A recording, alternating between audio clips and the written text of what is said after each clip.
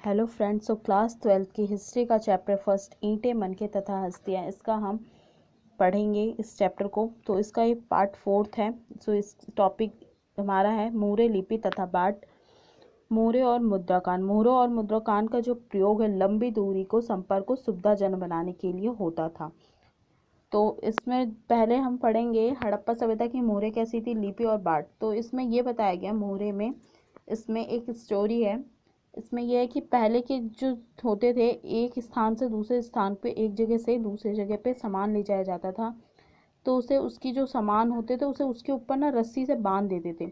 तो रस्सी से जो बांध देते थे उसके ऊपर चिकनी मिट्टी की परत सील कर देते थे, जिससे कि सामान की जो है कुछ सामान के साथ कुछ छेड़छाड़ हुआ है या नहीं इसका पता चल सके और उसके प्रेषक की पहचान हो सके। इसलिए वो क्या करते थे, उस रस्सी के ऊपर चिकनी मिट्टी से उसके ऊपर जो उस पर एक परत चढ़ा देते थे, जिससे कि सामान का छेड़छाड़ हुआ, इस प्रकार की कुछ हुई, सामान के साथ कुछ हुआ है, कुछ सामान निकाला गया है, चोरी हुआ है रास्ते में, तो इसका पता चल सके, इसलिए वो ऐसा करते थे। तो इससे पता चल जाता। तो उसमें क्या होता था, जो मिट्टी से ऐसे करते तो उस पर उसकी छाप पड़ जाती थी। इस तरीके से हड़प्पा सभ्यता की जो है मोहरे थी, मोहरे। सेकंड जो है हमारा लिपि। तो हड़प्पा सभ्यता की जो लिपि है उसे ना एग्जाम में क्वेश्चन आ जाता है, हड़प्पा सभ्यता की लिपि को एक रहस्यमय लिपि क्यों कहते हैं। तो ऐसा है, हड़प्पा सभ्यता की लिपि को एक रहस्यमय लिपि इसलिए कहा जाता था क्योंकि आज तक जो विद्वान है हड़प्पा सभ्यता की लिपि को पढ़ने में अनपढ़ रहे हैं, शिक्षित नहीं हुए हैं। मतलब उस हड़प्पा सभ्यता की लिपि उनको पढ़ना उनके उनके संभव में नहीं है, वो पढ़ नहीं पाए हैं। हड़प्पा सभ्यता की लिपि जो है उस लिपि में कितने वर्ड पाए गए, 375 से 400, इतने सारे, इतने ज़्यादा वर्ड हैं। तो आज तक हड़प्पा सभ्यता की लिपि जो पढ़ी नहीं जा सकी है। और हड़प्पा सभ्यता की जो लिपि है वो एक रहस्यमय लिपि इसलिए है, उसको आज तक विद्वान कोई भी पढ़ नहीं पाया। हड़प्पा सभ्यता की लिपि के बारे में जो विद्वान है सारे वो अनपढ़ हैं। जो हड़प्पा सभ्यता की लिपि, एक बात और है, इस लिपि को दाईं से बाईं ओर लिखा जाता था। जैसे हिंदी है इस ऐसे लिखी जा रही है, इस साइड से बाईं से दाईं, और जैसे उर्दू लिखी जाती है इस तरीके से हड़प्पा सभ्यता की जो है लिपि लिखी जाती थी। ऐसा इसलिए, ऐसा कैसे पता चलता है कि हड़प्पा सभ्यता की लिपि दाईं से बाईं लिखी जाती थी, ऐसा ऐसे पता चलता है क्योंकि जो लिखना शुरू करते थे तो पहले के वर्ड जो है बड़े बड़े होते थे, और लिखते लिखते जब जगह कम पड़ जाती थी किसी चीज़ पे तो वो छोटे कर दे, जिससे कि अनुमान लगाया जाता है कि हड़प्पा सभ्यता की लिपि जो है बाईं से दाईं ओर लिखी जा सकती थी। इसमें जो है लगभग सबसे लंबे अभिलेख में लगभग 26 चिन्ह हैं। हालांकि ये लिपि आज तक पढ़ी नहीं जा सकी है, पर निश्चित रूप से वर्तमान के अथवा व्यंजन दर्शाता है, नहीं तो क्योंकि इन्हें चिन्हों की संख्या कहीं अधिक है, लगभग 375 से 400 के बीच। ऐसा प्रतीत होता है कि लिपि दाईं से बाईं ओर लिखी जाए। ये वही सब बात है जो मैं आपको बता चुकी हूँ। अब हम विभिन्न प्रकार की वस्तुओं को देखते हैं जिन पर लिखावट मिली है मुहरे लिपि। और ये जो हड़प्पा सभ्यता की लिपि किस किस पे लिखी होती थी, तो मुहरे पे लिखी हुई मिली है, तांबे पे, औजार पे, मर्तबान पे, अनवड़ तांबे तथा मिट्टी की लघु पट्टिकाएं, मिट्टी की बड़े बड़े लघु पट्टियाएं, उन पे मिट्टी का कुछ ऐसी राख पड़ा है, मिट्टी का उस पर लिखी पाई गई हैं। और बता रखा है, इसका अर्थ लगता है कि हड़प्पा साक्षरता व्यापक थी। मतलब हड़प्पा सभ्यता की जो लिपि वो पढ़ी नहीं जा सकती है, पढ़ी नहीं जा चुकी है, और आज तक नहीं पढ़ी जा चुकी है हड़प्पा सभ्यता की लिपि जो है। सेकंड जो हमारा टॉपिक है बाट। तो हम पढ़ेंगे हड़प्पा सभ्यता में बाट कैसे थे। तो हड़प्पा सभ्यता की जो बाट है, बड़े बड़े भी बाट पाए गए, छोटे छोटे भी पाए गए, और तराजू जो होता है उसके जो नीचे वाला जो होता है उसे पल्लरे बोलते हैं, वो भी पाए गए हैं। और जो बड़े बड़े बाट है उसे अनाज वगैरह तौलने के लिए यूज़ किया जाता था। और छोटे छोटे बाट पाए गए हड़प्पा सभ्यता में, उसे आभूषण, मनके, इन सभी चीज़ों के लिए, जो कीमती चीज़ होते हैं इन्हें तौलने के लिए यूज़ किया जाता था। उस पर संख्या किस तरीके से होती थी, जैसे ये देखिए 1, फिर उसके दुगने 2, उसके दुगने 4, ऐसे ऐसी दुगने दुगने करके इतने तक होती थी संख्या। ठीक है, हड़प्पा सभ्यता की जो है इस तरीके से हड़प्पा सभ्यता में बाट थे। तो इतनी अच्छी व्यवस्था थी। तो एक क्वेश्चन सबके दिमाग में आता है, क्या क्या हड़प्पा सभ्यता में वहाँ कोई प्राचीन सत्ता थी, क्या हो सकता है वहाँ हड़प्पा इतनी अच्छी सारी वहाँ की सुविधाएं थी, वहाँ ना आपने ऊपर पढ़ा जैसे कि नालियों की व्यवस्था थी, वहाँ स्नानागार था हर घर में, इतनी अच्छी सुविधाएं थी। तो क्या हड़प्पा सभ्यता में कोई ऐसे ही थोड़ी ना होगा, कुछ कुछ उसमें क्या प्राचीन सत्ता होगी, कुछ नियम होंगे, कानून होंगे। क्या हड़प्पा सभ्यता में कुछ नियम कानून थे? ऐसा अनुमान लगाया जाता है। तो इसमें भी अलग अलग विद्वानों का अलग अलग है। सो इसमें 3 मत हैं। कुछ कहते हैं कि नहीं, हड़प्पा सभ्यता में कोई प्राचीन सत्ता ही नहीं होगी इतने, या फिर कुछ कहते हैं नहीं नहीं होगी, सभी में एक ही राजा का शासन होगा सभी पूरे में। जैसे कि हमने देखा है, हड़प्पा सभ्यता एक छोटी मोटी सभ्यता तो थी नहीं, बहुत बड़ी सभ्यता थी। अफगानिस्तान से, ऐसे हमने भारत के मैप में देखा था ना, ये रहा हमारे, जैसे कि मान लो भारत का मैप है, तो यहाँ से बिल्कुल ऐसे तिकोने तक पूरे इतने पूरे बड़े जगह में फैला हुआ है हड़प्पा सभ्यता के जो से सामान जो है मिले हैं हमें। तो अनुमान लगा जाता है क्या हड़प्पा सभ्यता में कोई प्राचीन सत्ता होगी कि नहीं। कुछ बोलते हैं कि नहीं नहीं थी, कुछ बोलते हैं नहीं, पूरे पूरे जगह में जो है एक ही राजा का शासन था। कोई बोलते हैं अलग अलग, इतनी बड़ी सभ्यता में एक ही, कुछ कहते हैं इतनी बड़ी सभ्यता में जो है एक ही राजा का शासन चलना नामुमकिन है, अलग अलग जगह जगह पर शासन जो है अलग अलग होगा, अलग अलग राज्यों का। फिर बोलते हैं नहीं, एक, कुछ बोलते हैं एक ही होगा। क्यों? क्योंकि एक इसलिए होगा क्योंकि जो हड़प्पा सभ्यता के कुछ सामान जो है सेम मिले हैं, इस अंदाजे पे बोला जाता है। सो हम एक बार इसे रीडिंग कर लेते हैं।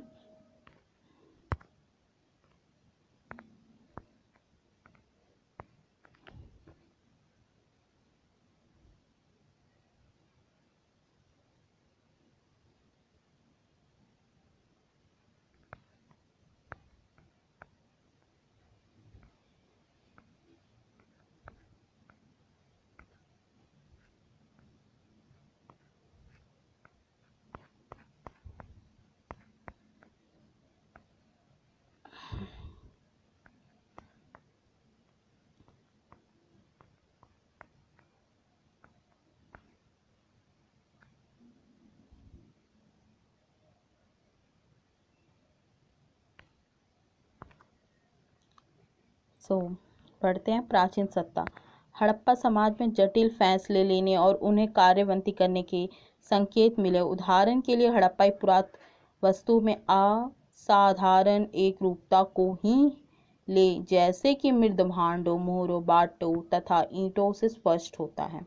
ठीक है। महत्वपूर्ण बात यह है कि ईंटें जिनका उत्पादन स्पष्ट रूप से किसी एक केंद्र पर नहीं होता था, जैसे जम्मू से गुजरात तक पूरे क्षेत्र में समान अनुपात की थी। ये जो है समान अनुपात की थी। हमने यह भी देखा है कि अलग अलग कारणों से बस्तियां विशेष स्थानों पर आवश्यक अनुसार स्थापित की गई थीं। इसके अतिरिक्त ईंटें बनाने और विशाल दीवारों तथा चबूतरों के निर्माण के लिए श्रम संगठित किया गया था। इन सभी क्रियाकलाप को कौन संगठित करता था? सेकंड जो थोड़ा सा हम आगे पढ़ते हैं। प्रसाद तथा शासक। सत्ता के केंद्र अथवा सत्ताधारी लोगों के विषय में पुरातात्विक विवरण हमें कोई त्वरित उत्तर नहीं देते। पुरातात्विक ने मोहनजोदड़ो में मिले एक विशाल भवन को एक प्रसाद की संज्ञा दी है। मोहनजोदड़ो में जो एक विशाल भवन मिला उसे एक प्रसाद की संज्ञा दी गई है। ये जो प्रसाद का शासक है ना, ये शासक है प्रसाद का, राज कर रहा है प्रसाद पे। तो वहाँ मोहनजोदड़ो में एक बड़ी इमारत मिली है, उसे प्रसाद की संज्ञा दी गई, प्रसाद का नाम दिया गया। ठीक है। समृद्ध कोई भव्य वस्तु नहीं मिली है, वहाँ कोई भव्य वस्तु नहीं मिली है। एक पत्थर की मूर्ति को पुरोहित राजा की संज्ञा दी गई थी। एक पत्थर की मूर्ति मिली है मोहनजोदड़ो में, जिसे पुरोहित राजा, मतलब पुरोहित वो मतलब होता है पंडितों, मतलब एक अच्छे राजा की संज्ञा दी गई। एक पत्थर की मूर्ति को पुरोहित राजा की संज्ञा दी गई थी और यह नाम आज भी प्रचलित है। ऐसा इसलिए क्योंकि पुरातात्विक मेसोपोटामिया के इतिहास तथा वहाँ के पुरोहित राजाओं से परिचित थे और यही समानताएं उन्होंने सिंधु क्षेत्र में भी बढ़ी। लेकिन जैसा कि हम देखेंगे, हड़प्पा सभ्यता की अनुष्ठान प्रथाएं अभी तक ठीक प्रकार से समझी नहीं जा सकी हैं और ना ही यह जानने के साधन उपलब्ध हैं कि क्या जो लोग इन अनुष्ठान को निष्पादन करते थे उन्हीं के पास राजनीतिक सत्ता होती थी। ये क्या अनुष्ठान का साधन करते, क्या उन्हीं के पास राजनीतिक सत्ता होती थी? कुछ पुरातात्विक इस मत के हैं कि हड़प्पा, कुछ, अब देखो ये दूसरे पुरातात्विक दूसरा मत है। ठीक है। हड़प्पाई समाज में शासक नहीं थे तथा सभी की सामाजिक स्थिति समान थी। ये समान वाले जो मैंने बताया था ना कि कुछ कहते थे सभी की सामाजिक स्थिति जो समान है, तो सभी पूरे जगह पे जो है एक ही राजा का शासक होगा, ये उनका मत है। ये पूरे में यही बताया गया है। ये उन मत के हैं, पुरातत्ववेत्ती के। नियोजित बस्ती से साक्ष्यों ईंटों के आकार में निश्चित अनुपात तथा बस्तियों के कच्चे माल के स्रोतों के समीप संचित होने से स्पष्ट। अभी तक की स्थिति में अंतिम परिकल्पना सबसे युक्त से प्रतीत होती है, क्योंकि यह कदाचित संभव नहीं लगता कि पूरे के पूरे समुदाय द्वारा इकट्ठे ऐसे जटिल निर्णय लिए तथा कार्यान्वित किए जाते होंगे।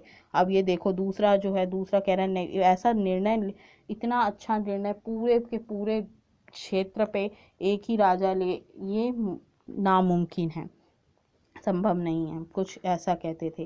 तो ये तो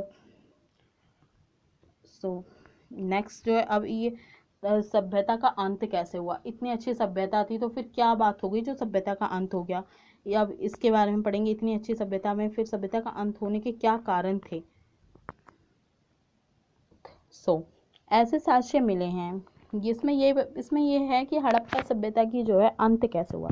तो इसमें भी एक कल्पना की जाती है कि चाहे वहाँ पे जलवायु परिवर्तन हुआ होगा, या कटाई के कारण, या नदियों सूख गया होगा, या फिर एक कारण और हो सकता है, जैसे विकसित देशों में जनसंख्या बढ़ रही होगी, जैसे गुजरात, जम्मू कश्मीर, ये जो विकसित देश थे इसमें जनसंख्या बढ़ने के कारण हड़प्पा सभ्यता का अंत हो गया होगा। चीज़ों की कमी पड़ने लगी, चीज़ जो सामान है उसकी कमी पड़ने लगी होगी जनसंख्या के अनुसार, जिससे क्या हुआ होगा, सभ्यता का अंत हो गया होगा। जल की कमी हो गई होगी, या फिर बादल फट गया होगा, या ये भूमि का अत्यधिक उपयोग सम्मिलित हो गया होगा। इनमें से कुछ कारण कुछ वस्तुओं के संदर्भ में तो सही हो सकते हैं, परंतु पूरी सभ्यता के पतन की व्याख्या नहीं करते हैं। ऐसा लगता है कि एक सुदृढ़ एकीकरण के तथ्य सभ्यता हड़प्पाई राज्य का अंत हो गया था। मुहरे लिपि विशिष्ट मनकों तथा मृदभांड के लोप, मानकीकृत बाट प्रणाली के स्थान पर स्थानीय बाटों के प्रयोग, शहरों में के पतन तथा परित्याग जैसे परिवर्तन से इस तर्क को बल मिलता है। उपमहाद्वीप को एक पूरी तरह से अलग क्षेत्र में नए शहरों के विकास के लिए एक सहस्त्रवाद से भी अधिक समय तक प्रतीक्षा करनी पड़ी। अब जो है हड़प्पा सभ्यता की खोज, ये जो है हमें पता कैसे चला, हड़प्पा सभ्यता की खोज किस तरीके से की गई, इसके बारे में हम पढ़ेंगे। अब तक जो है हम पढ़ते हैं, अब तक हमने हड़प्पा सभ्यता के विभिन्न पहलुओं का विश्लेषण इस संदर्भ में किया है कि इस प्रकार पुरातात्विक जो है ने भौतिक अवशेषों से प्राप्त साक्ष्य के माध्यम से एक आकर्षक इतिहास के अलग अलग अंशों का एक साथ जोड़ा है। लेकिन एक और कहानी भी है, किस प्रकार पुरातात्विक ने सभ्यता की खोज की। ये तो हमने पढ़ लिया किस तरीके से है जो है पुरातात्विक ने इतिहास को हड़प्पा सभ्यता से जोड़ा है। अब ये हड़प्पा सभ्यता की खोज किस प्रकार हुई, इसमें भी एक स्टोरी है। जनरल कनिंघम जो है, ये जो जनरल कनिंघम जो था डायरेक्टर, ये देखिए लिखा हुआ है यहाँ पे, डायरेक्टर जनरल कनिंघम ने 19वीं शताब्दी के मध्य में पुरातात्विक उत्खनन आरंभ किया। ये जो है रेलवे लाइन बना रहा था, देखिए एक स्टोरी है, ये रेलवे लाइन बना रहा था, तो वहाँ पे कुछ ईंटें जो है इतनी मजबूत पाई गई इतनी, तो उसने एक मजदूर से पूछा ये ईंटें ये कहाँ से, तो बोलते यहाँ के जितने भी मकान बने हैं यहाँ पे ये मिलते हैं, ये ईंटें जो हैं पाए गए हैं, उसी से ये सारे मकान यहाँ के बनाए जाते हैं। तो वो समझ गया जनरल कनिंघम में इसके पीछे कोई सभ्यता का राज छुपा हुआ है। वो खोज करने लगता है, वो खुदाई स्टार्ट कर देता है। जिस तरीके से वहाँ पे फिर वही सब कुछ मिलने लग जाते हैं, ईंटें, मनके, अस्थियाँ, हड़प्पा सभ्यता में मुहरे, ये सारे कुछ जो है लबाट, ये सब, तो जिससे पता चलता है फिर खोज आरंभ स्टार्ट। तो सबसे पहले जनरल कनिंघम ने ही हड़प्पा सभ्यता की जो है खोज की स्टार्टिंग की थी, शुरुआत की थी। एक बार हम इसे रीडिंग कर लेना, ये बिल्कुल समझ में आ जाएगा, बहुत इजी है टॉपिक और ये एग्जाम में बहुत आता रहता है। इसे एक बार मैं रीडिंग करती हूँ।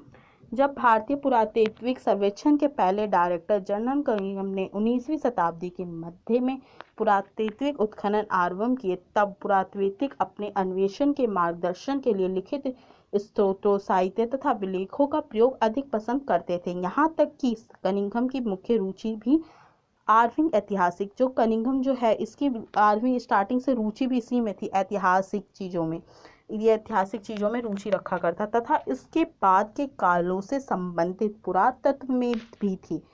आर्विंग बस्तियों की पहचान के लिए उन्होंने 4वीं से 7वीं शताब्दी ईस्वी के बीच उपमहाद्वीप में आए चीनी बौद्ध तीर्थयात्री द्वारा छोड़े गए वृत्तांत का प्रयोग किया। कनिंघम ने अपने सर्वेक्षणों के दौरान मिले अभिलेखों का संग्रहण, प्रलेखन तथा अनुवाद भी किया। उत्खनन के समय वे सभी ऐसी पुरातत्व वस्तुओं को खोजने का प्रयास करते जो उनके विचार में सांस्कृतिक महत्व की थी। वो फिर उत्खनन कर रहे थे तो वो उन्हीं चीज़ों को खोजने का विचार करते जिनसे संस्कृति की जो विचार की, उनके इतिहास के, जिससे कि पता चल सके कि हड़प्पा के इतिहास के बारे में जानकारियाँ मिले, कुछ जानकारी में उन चीज़ों पे वो ज़्यादा ध्यान दे रहे थे। हड़प्पा जैसा पुरातन स्थल जो चीनी तीर्थयात्रियों के यात्रा मार्ग का हिस्सा नहीं था और जो एक आर्विंग ऐतिहासिक शहर नहीं था, कनिंघम के अन्वेषण के ढांचे में उपयुक्त नहीं बैठता था। इसलिए हालांकि हड़प्पा पुरातन वस्तु 19वीं शताब्दी में कभी कभी मिलती थी और इनमें से कुछ तो कनिंघम एक तक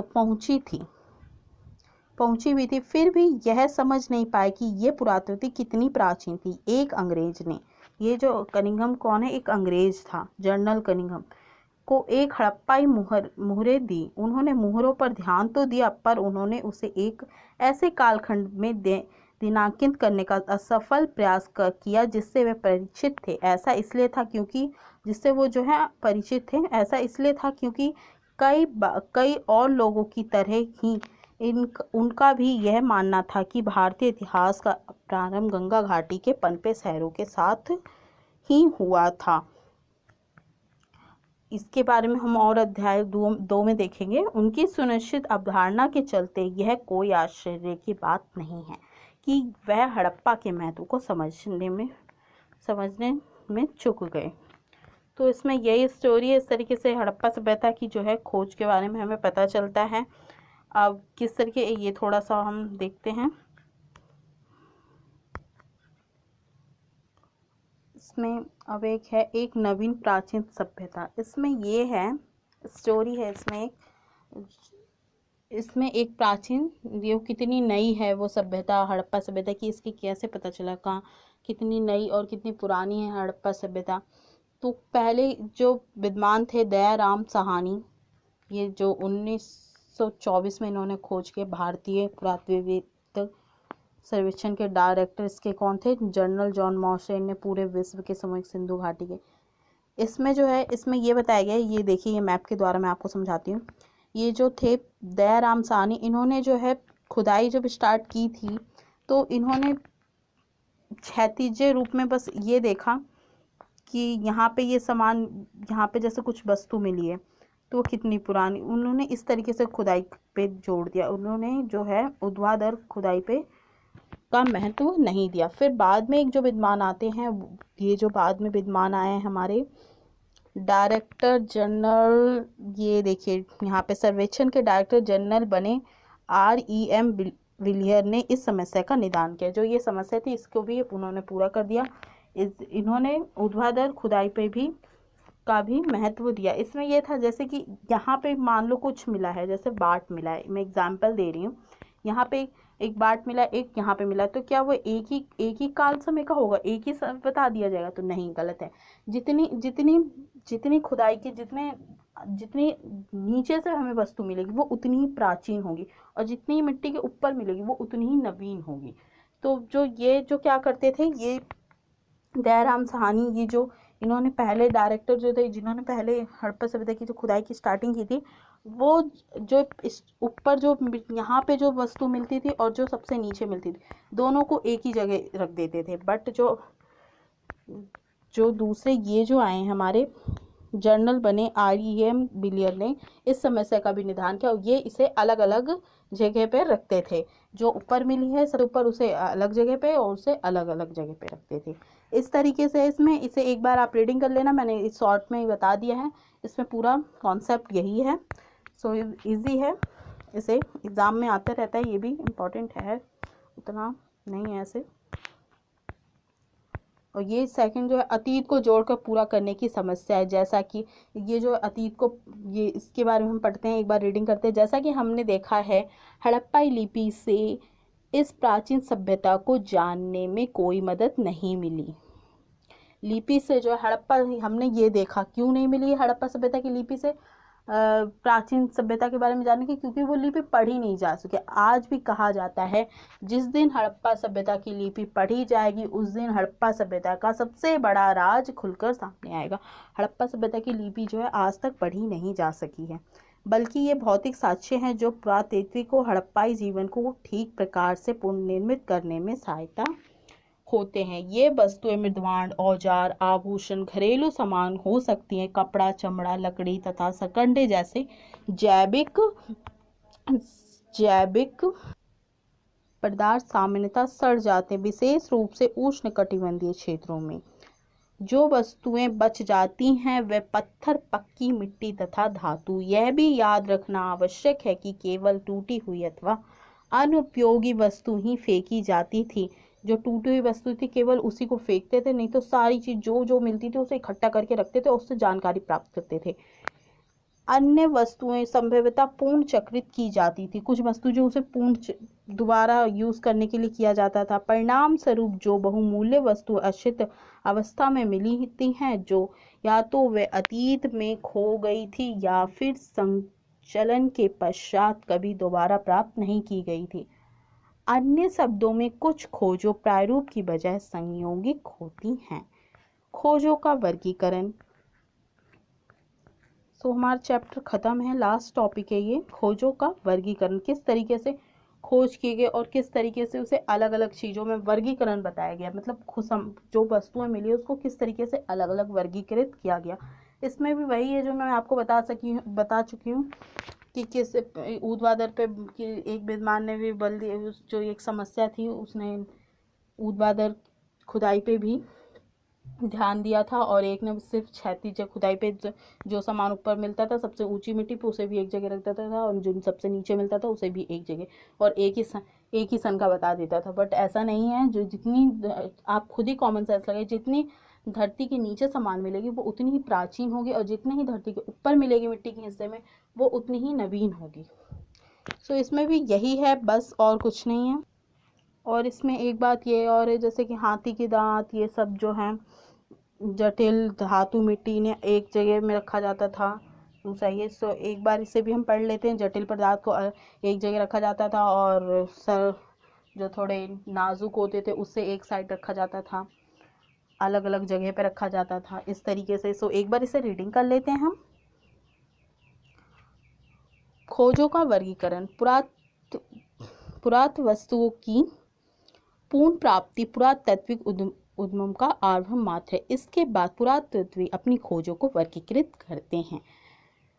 वर्गीकरण का एक सामान्य सिद्धांत प्रयुक्त पदार्थों जैसे पत्थर, मिट्टी, धातु, अस्थियां, हाथी के दांत आदि के संबंध में होता है। दूसरा और अधिक जटिल उनकी उपयोगिता के आधार पर होता है। पुरातत्वविदों को यह तय करना पड़ता है कि उदाहरणतः कोई पुरातत्व वस्तु एक औजार है या एक आभूषण है, या फिर दोनों अथवा अनुष्ठानिक प्रयोग की कोई वस्तु। किसी पुरातत्व वस्तु की उपयोगिता की समझ अक्सर आधुनिक समय में प्रयुक्त वस्तुओं में से उनकी सामान्यता पर आधारित होती थी। मन की चकियां, पत्थर के पलक तथा पात्र इसके स्पष्ट उदाहरण। पुरातत्व की किसी पुरातत्व वस्तु की उपयोगिता को समझने का प्रयास उस संदर्भ के परीक्षण के माध्यम से भी करते थे जिसमें वह मिली है। क्या वह घर में मिली थी, नाले में, कब्र में या फिर भट्टी में। कभी कभी पुरातत्वविदों को अप्रत्यक्ष साक्ष्यों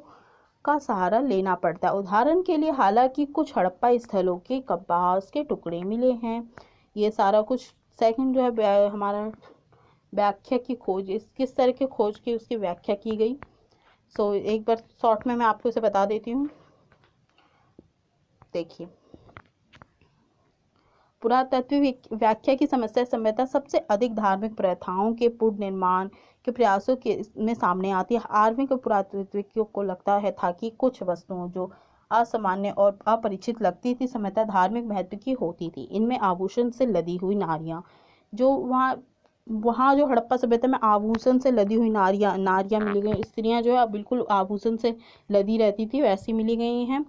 शामिल है मृत मृत मात्र देवी का नाम दिया गया है। जो आभूषण से लदी हुई नारियां पाई गई हड़प्पा संबंध में, उसे किसका नाम दिया गया? मात्र देवी का।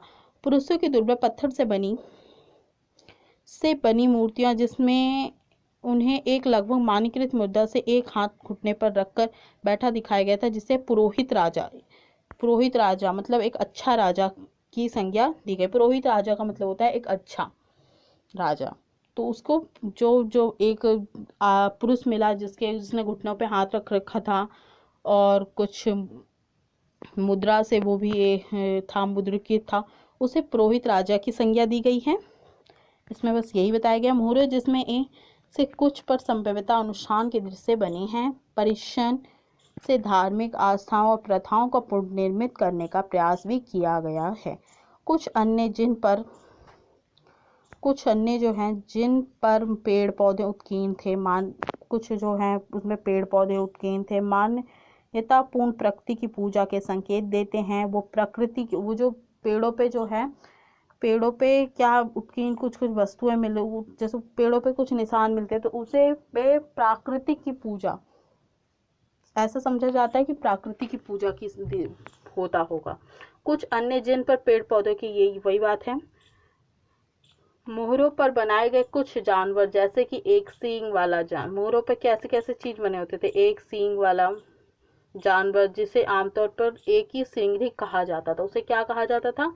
एक ही सिंगरी कहा जाता था। कल्पित तथा स्पष्ट लगते हैं कुछ मोहरों पर एक आकृति, जिससे पालथी मारकर योगी का मुद्दा बैठा दिखाया गया है, और कभी कभी जिसे जानवरों से घिरा दर्शाया गया है, उसे आद्र शिव के, अर्थात हिंदू धर्म के प्रमुख देवता।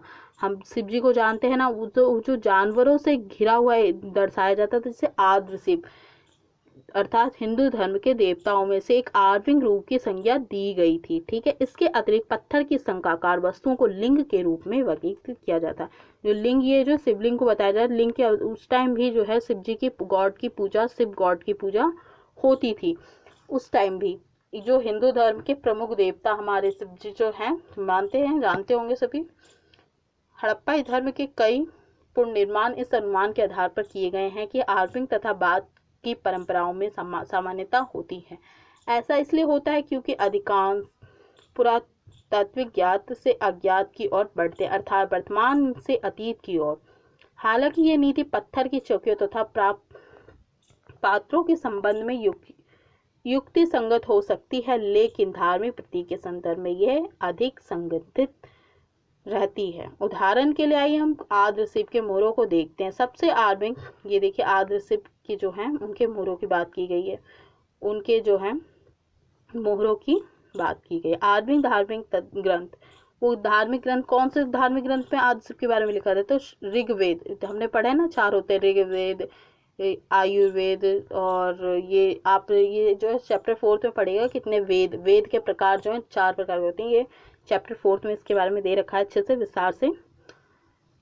तो ये जो है आद्र शिव का जो है ऋग्वेद में आता है नामक एक देवता का उल्लेख मिलता है, जो बाद की पौराणिक परंपराओं में शिव के लिए प्रयुक्त एक नाम है।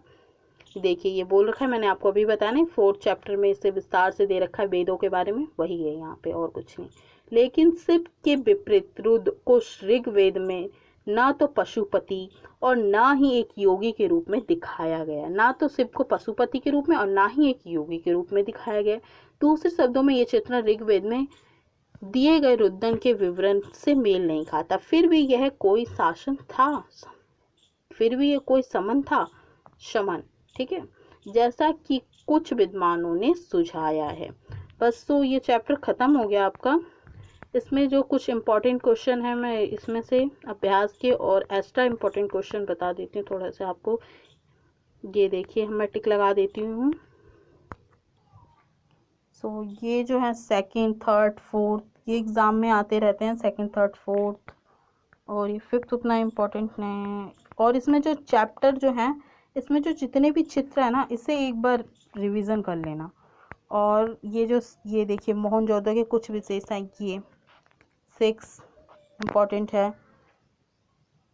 हड़प्पा सभ्यता के शिल्प उत्पादन के लिए आवश्यक कच्चे सामग्री, ये।